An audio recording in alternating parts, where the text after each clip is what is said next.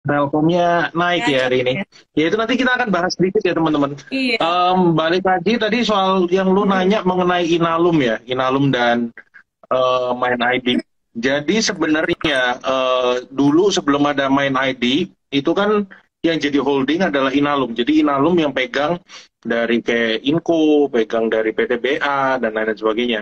Nah tapi kalau teman-teman tahu sebenarnya Inalum ini kan industri aluminium, ya kan? Jadi perusahaan aluminium sebenarnya. Jadi kalau perusahaan aluminium lu suruh jadi pegang perusahaan-perusahaan tambang kan perusahaan-perusahaan metal kan agak gak nyambung gitu kan. Makanya pemerintah bikin Main ID, Mm-mm. Inalum itu sekarang posisinya kan di bawahnya Main ID, owned by Main ID. Makanya ini cuma pindah buku aja Ter. Dari kepemilikannya si Inalum dipindahin ke Main ID. Nah, apakah itu akan ngefek anything? Sebenarnya enggak, karena dua-duanya kan controlled by government. Ya, jadinya sebenarnya lebih bakal ada sinergi karena pemerintahnya tinggal satu pintu nih untuk pertambangan-pertambangan yang mereka miliki kan, untuk permetalan dan lain sebagainya. Nah, Mm-mm. jadi apakah itu positif? Enggak juga. Apakah negatif? Enggak juga. Jadi impactnya netral. Terus kita tadi tadi lu bahas apa? Saham apa, sektor apa tadi? Kayaknya Ini kita bahas mention to IndiHome. Ini hari ini juga lumayan ramai ya untuk saham ya, ya, Telkom. ya. Hari ini dia pagi-pagi udah langsung jump up, terus juga udah break resist ya. Wah, ada apa nih di saham Telkom dengan IndiHome? Ya, jadi mungkin sebenarnya ini kan ya orang melihatnya pasti akan ada sinergi yang lebih ya. Jadi kayak Mm-mm. satu karena kalau Indiho kan dulu kan di undernya si Telkom, sekarang pindah undernya si Telkomsel ya kan. Ya jadi ini baru di sign agreementnya, spin off agreementnya itu hari ini. Belum kayak resmi Mm-mm. udah pindahinnya sebenarnya belum, baru agreementnya aja.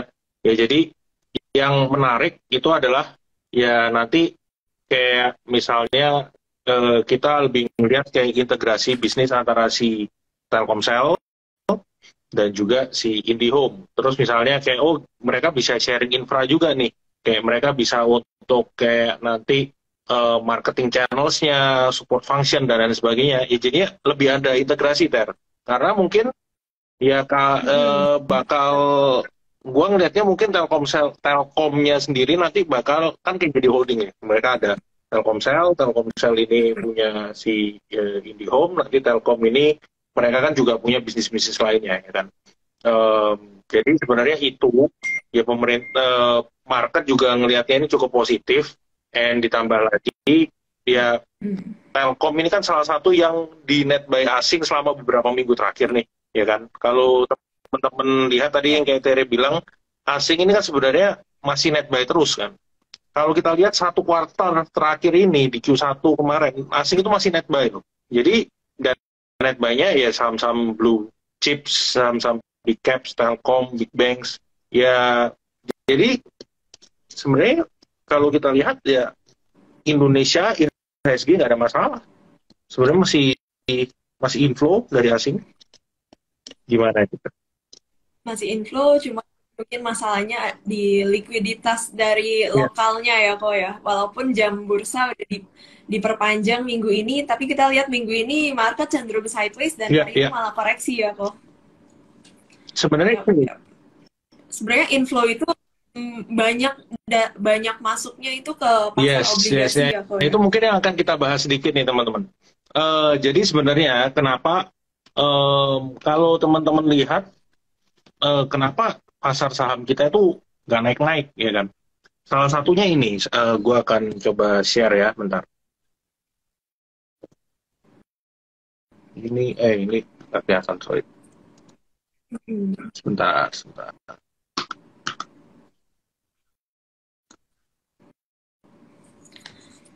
Mungkin nanti kita juga share untuk stock pick dari Terima Ideas nih ya kok untuk seminggu Ya, ini. iya sebenarnya stok pick kita minggu Uh, ini cukup menarik. Jadi nanti kita akan bahas juga itu dari kayaknya ya. Nah, ini adalah yield obligasi 10 years dari Indonesia, teman-teman. Nah, kalau teman-teman lihat di sini, ini ya ini udah yieldnya kan udah mulai turun, berarti kan harganya mulai naik. Tapi dari awal bulan, yield obligasi itu sempat di 7%, teman-teman.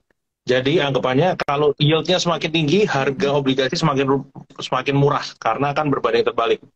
Jadi anggapannya pada saat di sini orang-orang ini kan mulai beli ya, asing ini mulai beliin dari ya sebenarnya dari suatu kuartal terakhir, dari bulan Januari, Februari, Maret beli. Orang-orang dengan beli obligasi pemerintah, mereka itu masih dapat imbal hasil 7%. Dan kalau government bonds itu bisa kita bilang almost no risk. Emang kalau pemerintah bangkrut, chance-nya gede nggak sih? Kecil banget kan? Jadi orang sekarang kayak foreign investors, investor dalam negeri juga, kalau mungkin teman-teman ngeliatin reksadana pendapatan tetap, teman-teman tanya sales RM di bank, pasti semuanya bilang obligasi, obligasi, obligasi. Ya, kenapa? Karena basically, lu beli obligasinya Indonesia, government Indonesia yang 10 years, lu mendapatkan imbal hasil 7% with, bukan almost lagi lah, with no risk. Daripada misalnya lu masuk di pasar saham, ya boro-boro bisa cuan 7% Maret gini kan. Paling ya sideways aja gitu. Makanya kalau ada artikel dari Bloomberg yang mengatakan, nih, gue mau kasih lihat. Indonesia ini sebenarnya kayak yang kita bahas tadi, yieldnya itu among the highest nih. Kalau teman-teman lihat ya, ini yieldnya dia salah satu yang paling gede nih. Ya kalau Brasil sama South Africa, ya Brasil kan ya kayak hyperinflation dan lain sebagainya, kita nggak bisa compare lah. Tapi Indonesia ini masih sangat menarik. Terus sebenarnya kayak salah satu yang menjadi katalis positif untuk bonds di Indonesia, inflasi teman-teman. Inflasi kita itu turun ya, dan turunnya lumayan kencang dari 5,47 turun ke 4,9, turun hampir 0,5%. Ditambah lagi selain dari angka inflasi, rupiah kita juga menguat ya. Nah, ini sebenarnya yang perlu kita ingat nih teman-teman. Rupiah kita itu menguat dan kita ini adalah negara pengekspor komoditas. Kalau teman-teman sempat baca, OPEX ini kan potong production. OPEX potong production, OPEX itu 70%-nya mereka ekspor ke Asia. Ke Asianya paling banyak ke India sama ke China. Nah, kalau harga minyak yang dijual ke India dan ke China ini makin naik, dan suplai minyak yang dijual juga berkurang, China dan India, apalagi China baru mulai recover, mereka pasti akan cari alternatif energi lain selain minyak. Nah, selain minyak apa? Selain minyak ya batu bara. Nah, batu bara yang produksinya paling gede siapa? China. Oke. Kedua, salah satunya ya kedua Australia, ketiga Indonesia. Nah, jadi sebenarnya apakah Indonesia berarti diuntungkan? Yes. Menurut gua iya. Tapi apakah bisa sama terulang harga batu bara seperti tahun lalu? Mungkin aja. Mungkin aja kalau OPEX ini cut production-nya terus-terusan. OPEX cut production terus-terusan, di mana-mana demand meningkat, tapi harga minyaknya terlalu tinggi. Karena semua negara ini kan sekarang fokusnya adalah nurunin inflasi, ya kan?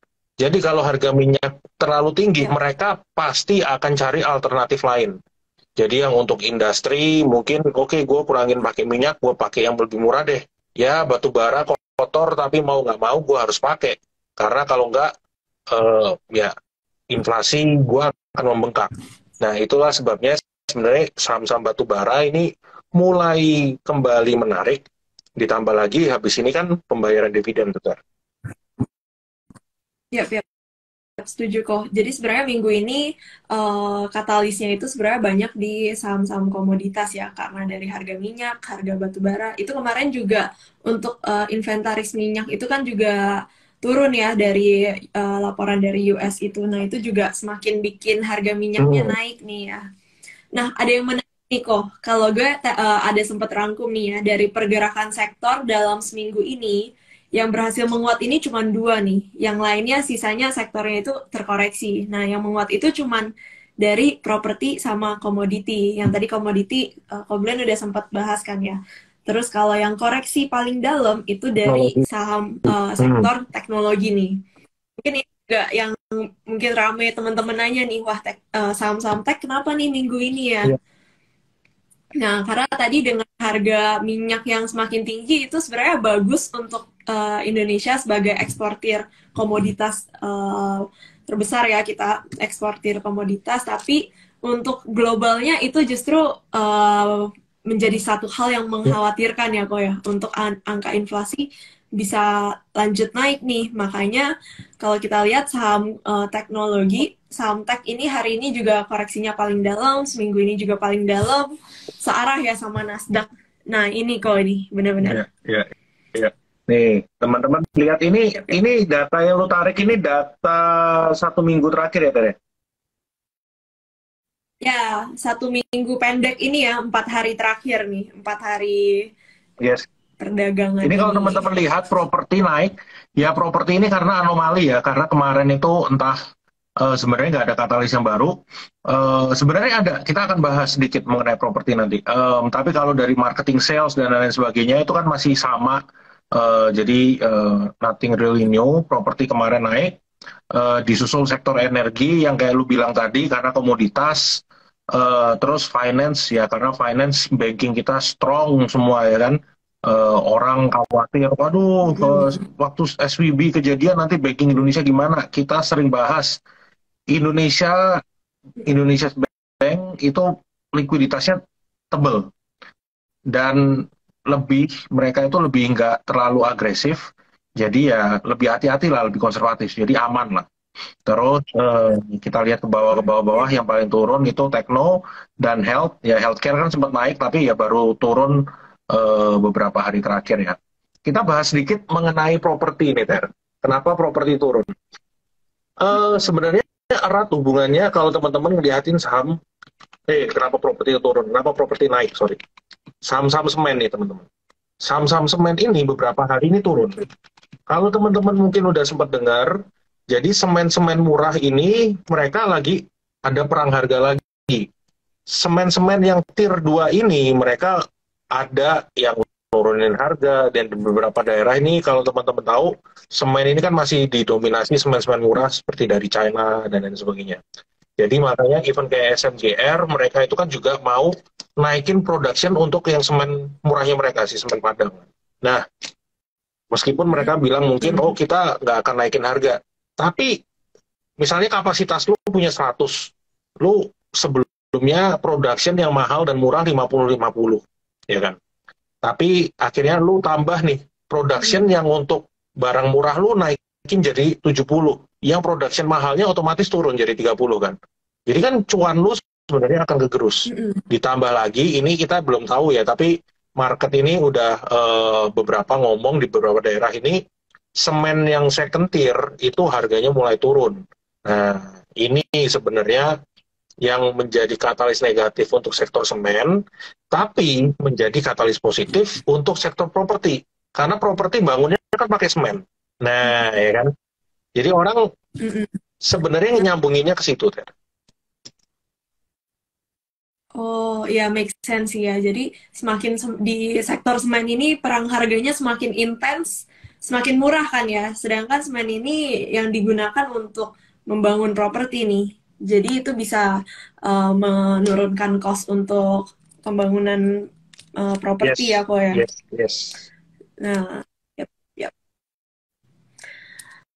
Oke nih. Terus kalau nah, mungkin kita bisa bahas sedikit stock pick kita minggu ini ya. Kan ada minggu ini, mungkin ada filenya nih kok dari Oke, yang gue baru coba dikirim. buka ya. Yang Sebentar. Oke, Untuk yap, yap, yap. stock pick kita nih, gimana nih, Ter? Ini di Nah, bulan stock pick April, kita oke. kalau kita Gimana nih? Nah, kalau kita lihat dari minggu ini ya, kita total ada 10 stock pick dan sebenarnya uh, sebenarnya kita kalau kita lihat udah lumayan on the right track ya, karena kita emang fokusnya banyak ke saham-saham yang defensif kan. Sekarang investor banyak ninggalin nih saham-saham yang tech, yang growth stocks ini ditinggalin, malah nambahnya di saham-saham yang defensif nih, karena ada kekhawatiran suku bunga bakal tetap naik, gitu ya. Jadi kita dari 10 saham ini ada 4 yang consumer, 3 dari komoditas, sekarang ada katalis ya, katalis yang tadi kita baru bahas, terus ada satu telco, satu dari tower, satu healthcare nih. Jadi emang untuk minggu ini strategi kita ini lebih ke defensif ya kok ya. Kayak yang lu bilang sih Ter, kita karena kan likuiditas di market ini sangat terbatas ya. Jadi meskipun kita selalu bilang IHSG ini baik-baik saja, asing ada inflow ke obligasi, tapi belum tentu kayak inflow ke saham pun ya ada, sebenarnya ada, tapi belum tentu itu bisa ngangkat market karena ya inflow-nya satu dari asing juga nggak signifikan, ditambah inflow dari investor dalam negerinya juga nggak signifikan. Jadi mungkin teman-teman ngerasa kenapa kayaknya malah banyak yang nggak gerak gitu. Ya karena memang likuiditasnya sangat terbatas teman-teman, itu satu. Terus ya balik lagi, jadi kita mesti lebih selektif dan hati-hati nih. Kalau kita lihat marketnya memang masih kurang bullish, masih belum bullish, ya kita coba cari saham-saham yang defensif. Saham-saham defensif apa? Seperti consumer. Terus kita tadi bahas sedikit, oh rupiah menguat, yang diuntungkan apa? Yang diuntungkan adalah ini, ICBP, INDF, ERA, nih, 3 ini. Salah 3 yang diuntungkan. Kenapa? Karena ICBP ini kan mereka banyak utang di US dollar, dan bahan-bahan bakunya kan banyak kan ngambil dari luar. ERA juga sama. Mereka untuk produk-produknya kan ngambil dari luar. Nah, jadi kalau rupiah menguat, mereka adalah salah satu yang diuntungkan. Wah, menarik ini ya. Oke. Terus kalau lu sebenarnya lagi demen sektor apa ya? Soal era ini. Kalau gue sendiri, gue juga lagi demen sektor yang defensif nih. Misalnya kayak Tebik gue juga lumayan suka karena dia juga cukup stabil ya. Jadi ini teman-teman lihat dia bergeraknya sideways yang cukup rapi nih. Jadi dia ada support quote di 2060. Jadi dekat-dekat area sana itu jadi menarik banget ya. Kita udah tektok berapa kali ya kok ya di saham Tebik nih. Terus kalau di luar yang defensif, untuk minggu ini gue juga lumayan suka di sektor oil nih. Untuk di sektor oil seperti ya itu salah satunya ya yang cukup ramai minggu ini. Ya karena memang Wins ini salah satu yang dari sektor komoditas minyak yang resultnya laporan keuangannya kan bagus ya. Mereka dari loss akhirnya membukukan profit, dan utilisasi kapal mereka itu kan juga meningkat. Dan kita waktu itu sempat ngadain, kita ajak beberapa klien-klien retail kita ya untuk ketemu, untuk ngobrol-ngobrol bareng Wintermar tuh. Jadi kalau teman-teman ingin dapat kesempatan, jangan lupa jadi nasabah Trimegah, dan siapa tahu nanti bisa diajak gitu. Yap. Dan Wins ini sebenarnya cukup menarik ya karena kayak ini kan bergerak di OSV ya, offshore vessel, dan ini berpengaruh banget sama supply dan demand ya kok ya. Dan demand, dimana oil demand itu kan dalam jangka waktu kedepannya itu kan pastinya demandnya akan terus naik nih. Sedangkan masalahnya nih ada di supply-nya nih ya. Supply-nya yang nah ini aku yakin kalau teman-teman udah sering nonton Market Talk ini juga udah sering dibahas ya kok ya. Apalagi sama Koko. Iya, apalagi sama Billy, sama Han, sama Jogi sih lumayan sering dibahas. Tapi gue mungkin nambahin sedikit. Jadi kayak perkapalan ini kan adalah salah satu bisnis yang very high capex ya kan. Jadi nggak semua orang kayak bisa, oh gue mau keluarin duit, oke, berapa T gitu buat beli kapal. Yang mungkin sebenarnya satu, setelah lu punya kapal, belum tentu lu bisa cari customer. Belum tentu orang itu akan percaya sama lu kan. Oh, si Tere baru beli kapal 3 nih, ya udah gue pakai kapal, pakai OSV-nya dia. Kan nggak sesimpel itu. Kan karena Wintermar ini adalah salah satu yang udah lama di industri, dan memang waktu itu sempat terseok-seok karena utilisasinya turun. Nah, tapi karena industri oil and gas ini lagi naik, kayak yang lu bilang, utilisasinya naik, ya jadi mereka yang punya kapal, mereka nggak usah spend capex terlalu gede. Bisa aja kayak yang customer-customer zaman dulunya balik nih. Ya udah deh, kita pakai si Winterman lagi deh. Karena kan waktu itu kita udah pernah pakai mereka, kita udah their long time customers. Mungkin dulu lu pakai dari gua satu, sekarang gua bisa pakai dari lu dua gitu kan. Nah, bisnis kayak gini yang kalau pas cycle-nya lagi balik adalah salah satu yang diuntungin. Jadi kalau teman-teman believe untuk harga minyak ini masih stabil di atas, menurut gua masih boleh masuk di winter, Pak. Yap, setuju kok. Yap. Oke, terus kalau lu sendiri kok, lu lagi suka sama sektor apa? Gua lagi suka sebenarnya karena marketnya lagi kemana-mana. Gua kayak lu bilang tadi, gua tektokin aja di tebik terus. Nih, ini adalah ya tapi kalau nanti jebol ke bawah, itu teman-teman harus lakuin stop loss ya. Tapi sebenarnya kalau teman-teman lihat di sini, ini adalah area yang enak untuk trading dan nggak perlu ilmu yang jago-jago banget. Dekat-dekat sini beli, lo mungkin ya dijualnya bisa ada di dua tahap sini. Di sini jual sebagian, naik lagi, jual lagi. Di dekat sini ya nggak harus pas di sini ya, dekat-dekat sini mungkin waktu itu gue belinya juga agak kecepatan. Yang terakhir ini gue beli lagi di 2100, tapi terus tadi pas sempat ke 2080 gue sedikit nambah. Jadi intinya dekat-dekat sini beli, lo bisa jual di dekat yang resist ini atau resist ini. Tektokin aja terus sampai bosen. Berapa persen sih? Tapi kan kecil nih kayaknya. Lumayan loh teman-teman, dari sini ke sini aja udah kayak sorry, tadi itu kan dari sini ya sekitar 3-4%. Kalau teman-teman tahan lagi sampai sini, ya itu bisa 7-8%. Ya mungkin size-nya aja yang agak digedein kalau teman-teman ngeliat bolak-balik tektokin di sini. Karena balik lagi, kalau teman-teman familiar menguasai fundamental teknikalnya beberapa saham, itu sebenarnya teman-teman tahu misalnya sektor ini pergerakannya ABC, pergerakannya gini, pas geraknya saat gini, teman-teman sangat menguasai. Itu teman-teman bisa lebih cuan daripada teman-teman coba trading kayak 200-300 saham. Gitu sih.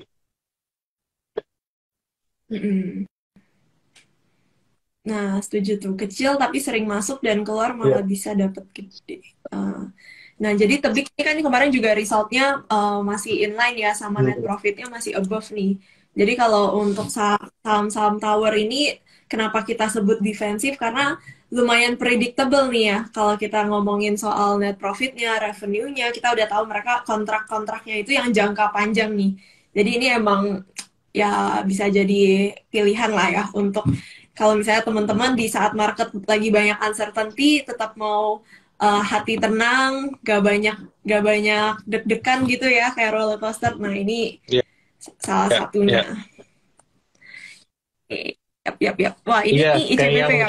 Kita mungkin akan bahas singkat aja saham-saham yang kita rekomendasiin minggu ini ya. Tadi kan kayak yang lu bilang tuh, kita fokusnya di consumer, di saham-saham defensif. Mungkin kita akan bahas itu tuh Ter. Jadi mungkin kan kebetulan kan besok mungkin kan semuanya libur lah ya, besok kan tanggal merah. Jadi long weekend mungkin teman-teman mau bersantai-santai, tapi ya kita kasih sedikit gambaran lah apa sih yang sebenarnya masih cukup menarik ya. Kita akan coba agak quick aja. Tadi Terry sempat bilang defensif, ICBP teman-teman. Ini salah satu yang menarik. Karena satu, siapa sih yang nggak makan Indomie? Kedua, terus kan mereka ini kayak kita bilang tadi ya, cost-nya itu kan kebanyakan adalah di US dollar. Mereka punya utang di USD. Jadi kalau rupiah menguat, US dollar melemah, mereka yang diuntungkan. Ditambah lagi, kita lihat sebenarnya kan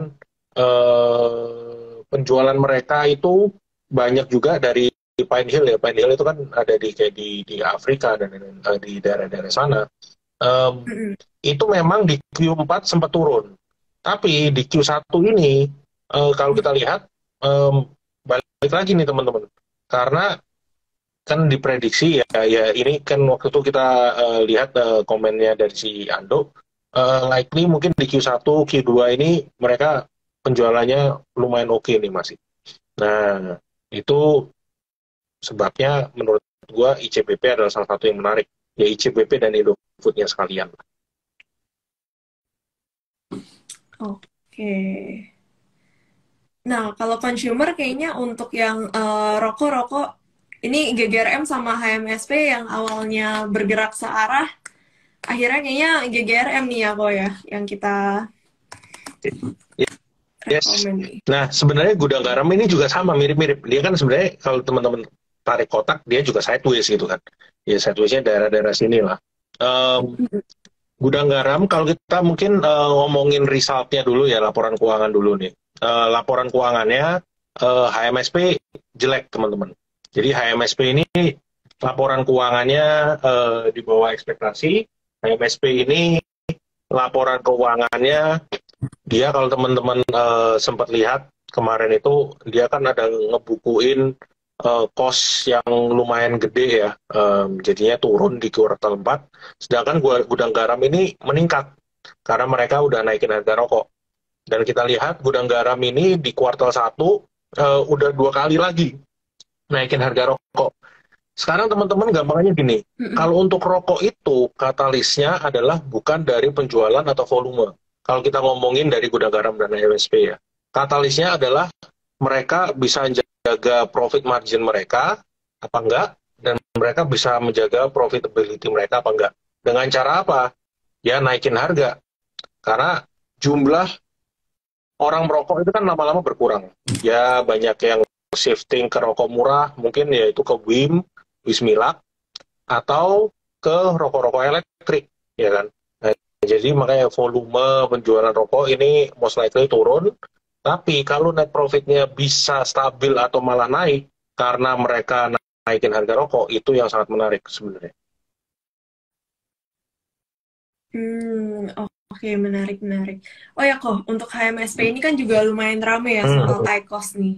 Nah, apakah itu juga ada impact juga nih nanti ke depannya nanti untuk HMSP? Sebenarnya yes, kalau kita ngomongin ya, jadi kan HMSP itu IQOS-nya sendiri itu kan kontribusinya, gue lupa berapa ya, kayaknya market share-nya itu kan udah kayak 10-an% kalau nggak salah untuk si IQOS. Dan memang kalau teman-teman lihat di luar negeri, apalagi mungkin kalau teman-teman banyak yang baru liburan dari Jepang nih, kayaknya kan Jepang lagi rame beberapa bulan terakhir, di Jepang itu market share-nya IQOS sangat-sangat gede, 20-an lebih seingat gua untuk si IQOS. Ya karena satu, ya IQOS ini kan memang agak mahal, ya kan. Lu harus keluar duit dulu untuk alatnya di awal. Tapi ini sebenarnya kan mereka adalah ngambil market share-nya dari Marlboro, Marlboro putih. Ya, dan orang-orang yang rokok Marlboro, Marlboro itu adalah yang nggak terlalu sensitif sama harga lah, yang middle up. Jadi segmennya sebenarnya sama dari IQOS dan produknya si Marlboro ini, teman-teman. Nah, makanya si Philip Morris, mereka kan juga udah bikin pabrik untuk IQOS ya di Asia Tenggara pertama, itu ya di Indonesia, itu nanti akan untuk jualan ekspor juga nih, Ter. Makanya sebenarnya HMSP ini, yes, kuartal keempat kemarin laporan keuangan jelek karena ada kos-kos gede, salah satunya adalah untuk pengembangan IQOS ini, tapi kemungkinan di Q1 bisa naik, karena diekspektasikan penjualan IQOS ini akan naik, baik untuk dalam negeri maupun untuk ekspor. Oke. Jadi masih ada harapan ya untuk kuartal 1 Yes, nanti. benar-benar.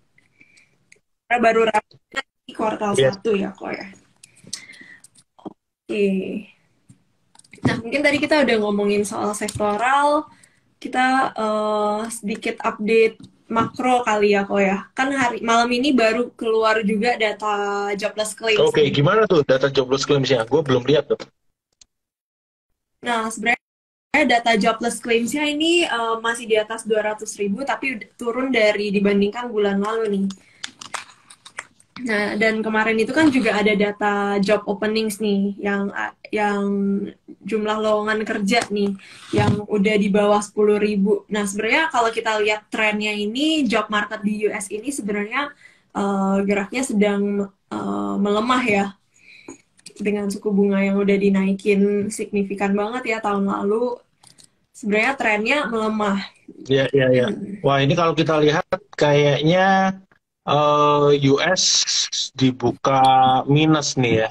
Ini teman-teman kalau lihat sektor tech em, rata-rata sih koreksi masih. Sektor finansial bergerak mix, em, ya masih merah kan untuk indeks US-nya. Iya, jadi untuk teman-teman mungkin yang udah mau mulai spek, kapan nih sektor bisa masuk ke saham-saham tech lagi? Mungkin belum dalam waktu dekat ya, kita harus pantau terus data makronya dan pergerakan nanti, perkembangan nanti harga minyak, dan juga penyelesaian dari soal banking crisis gimana juga ya kok. Jadi emang dari makronya ini masih banyak Iya, uncertainty iya. nih ya kok. Kalau menurut Kogan gimana? Untuk teman-teman yang mungkin ngelihat wah sektor tech udah bottom banget nih, kapan cari momentum yang pas kalau mau misalnya mau swing atau mau mulai masuk Sebenarnya nih. kalau sektor tech, balik lagi kayak yang Terry bilang tadi, itu kan kita mesti ngeliatin dari potensi suku bunga ya teman-teman. Em, Balik lagi, kalau Hmm. suku bunga ini, kalau misalnya suku bunga naik, ya balik ke tech sektor pasti akan negatif gitu kan. Em, jadi perlu kita pantau nanti suku bunga ini akan naik lagi atau kapan akan stopnya.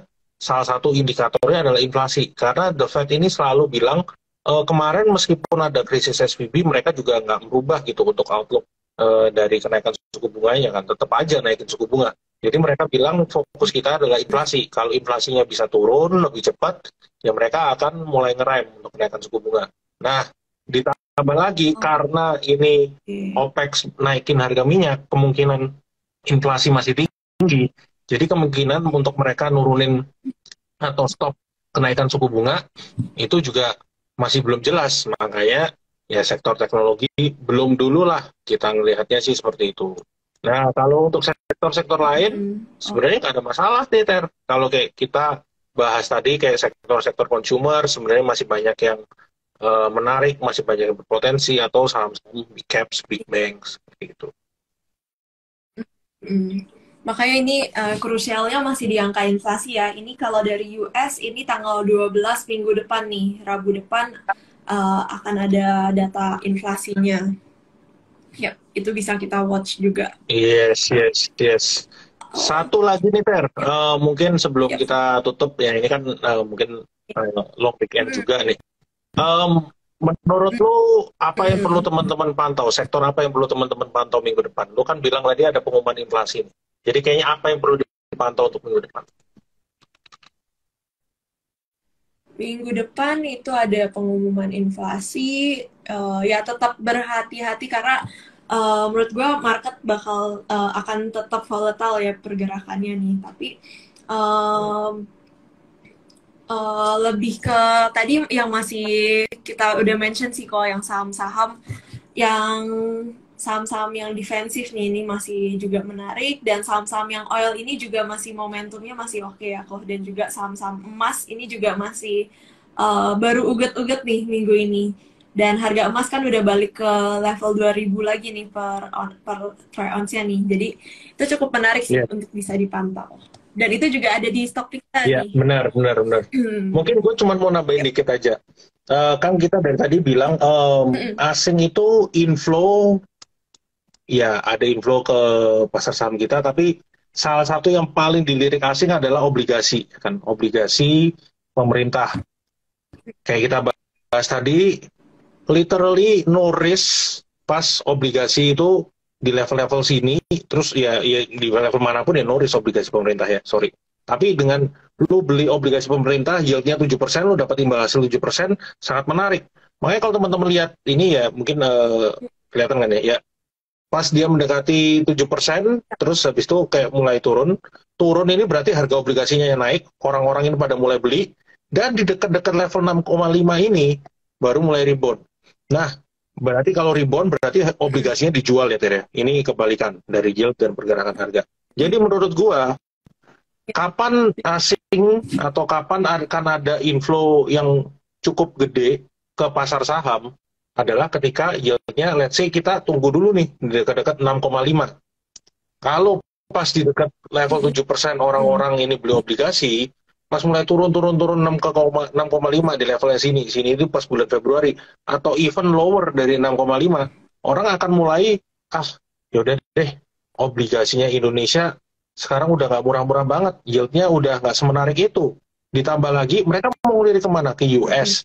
US juga ada potensi masih suku bunga masih nggak karu-karuan, inflasi masih nggak karu-karuan, masih banyak uncertainty, ditambah lagi orang masih takut resesi lah kalau di US. Ya jadi mungkin inflow balik ke US, gua rasa juga sampai ada kejelasan mengenai inflasi dan lain-lain juga belum akan masif. Nah, jadi salah satu yang perlu kita tunggu adalah yield obligasi kita nih di dekat-dekat level 6,5 lah. 6,5 ya. Oke, wah menarik nih ya. Soalnya tren dari obligasi US juga sama nih, juga lagi turun. Nah, kok tadi ada yang bilang nih, apakah minggu depan cash out dulu nih? Nah, ini kan kita juga menjelang libur Lebaran yang cukup lama ya, dari tanggal 19 sampai Ya, 25 ya, baru balik lagi ya kok. 25 atau 26 ya kok? tanggal 26, 26. Dua, oh, 26 baru market kembali buka nih. Ini cukup lama ya, udah seminggu gitu. Jadi salah satu untuk ngamanin cash kita itu juga bisa di produk-produk obligasi juga Yes, ya kok yes. ya. Ya balik lagi karena market ini akan libur lumayan lama, dan juga global ini masih banyak uncertainty, and likuiditasnya juga terbatas. Jadi memang lebih bijak kalau kita itu nggak usah terlalu agresif, kita itu nggak usah terlalu kayak buru-buru masuk banyak, ya dikurangin aja menurut gua. Dan teman-teman bisa ngamanin posisi, taruh dulu aja di reksadana tuh teman-teman. Mungkin reksadana pasar uang atau reksadana yang pendapatan tetap yang isinya obligasi. Yap, yap. Oke. Oke Mungkin deh. itu dulu ya, Fer ya. Oke deh. Mungkin itu dulu juga teman-teman. Iya, dan Oke. happy long weekend buat teman-teman. Oh, Glenn nggak mau balik ke Amerika Oh, juga nih. yes, ya, ya, ya, ya, ya. Happy long weekend, teman-teman. Ya, ya. Thank you, Ter. Thank you. Nanti kita ketemu lagi hari Senin ya. Juga, oh.